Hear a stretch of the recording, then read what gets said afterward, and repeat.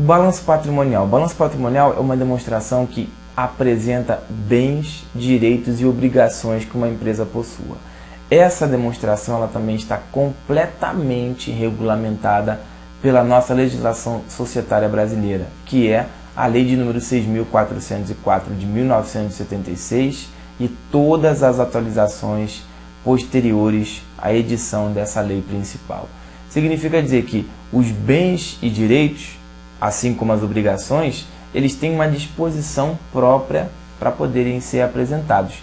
E, inclusive, essa disposição própria, ela possui esse regramento jurídico para poder facilitar comparações entre empresas de tamanhos diferentes, entre empresas de setores diferentes, porque senão, cada um elaborando de um jeito, eu não teria como comparar duas empresas e verificar qual dessas empresas seria a melhor para poder investir o meu dinheiro como um usuário de informação contábil. Então, por isso que se padroniza a estrutura do balanço patrimonial para permitir essa comparabilidade.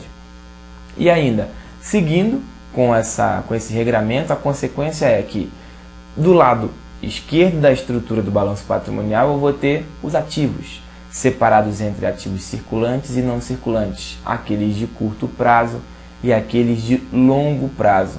E a primeira conta que vai entrar vai ser aquela que tiver a maior liquidez, aquela que vai aparecer o grau de liquidez maior em comparação com todas as outras contas que se apresentam no ativo.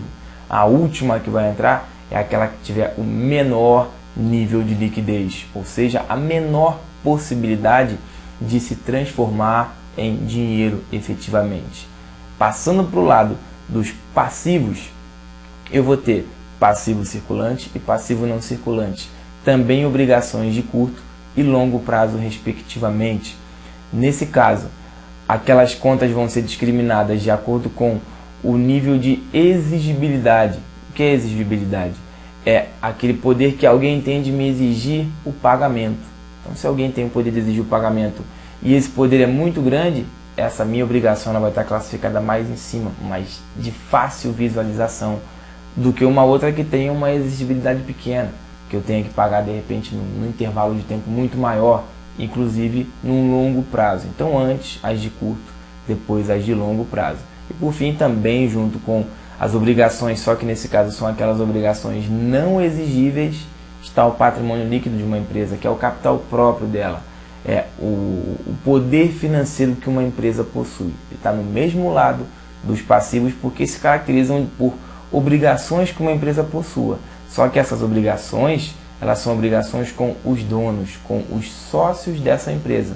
E eles não estão brincando de montar a empresa, eles não podem colocar dinheiro e depois tirar. Eles têm que colocar aquele recurso lá, manter aquele recurso, fazer com que a empresa, ela por si só gere recursos financeiros que vão aumentar o poder da empresa no decorrer do tempo.